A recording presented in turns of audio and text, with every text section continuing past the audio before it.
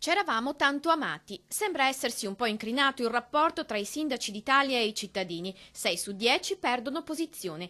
In Veneto addirittura i primi cittadini sono tutti in discesa libera e perdono qualche punto percentuale rispetto al momento dell'elezione. Mettono tasse, non fanno niente, non hanno un controllo dell'amministrazione, non fanno discussione con questo dipendente perché non lo pagano loro, lo paghiamo noi. Perdono consensi perché sono distanti dalle esigenze delle famiglie, delle persone. Pur rimanendo nella parte alta della classifica nazionale che vede in pole position il sindaco di Pavia. Il preferito dei veneti resta Flavio Tosi al 21° posto con il sindaco di Roma.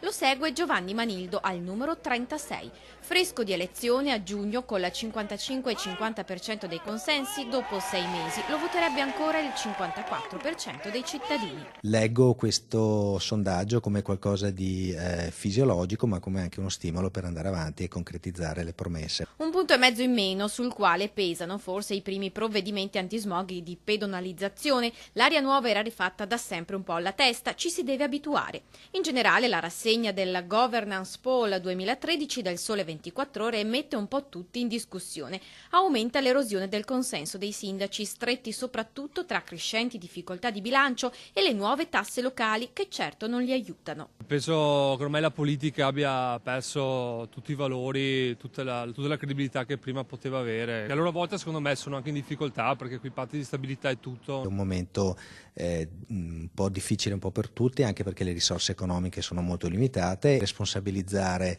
il governo centrale di avere un rapporto positivo con i comuni e allentare il patto di stabilità, perché per i comuni virtuosi veramente non ha proprio più senso di esistere. Quella in regione comunque è una corsa ancor più rallentata e Luca Zaia mantiene sì la seconda posizione dietro il presidente della Toscana, pur perdendo 4 punti percentuali,2.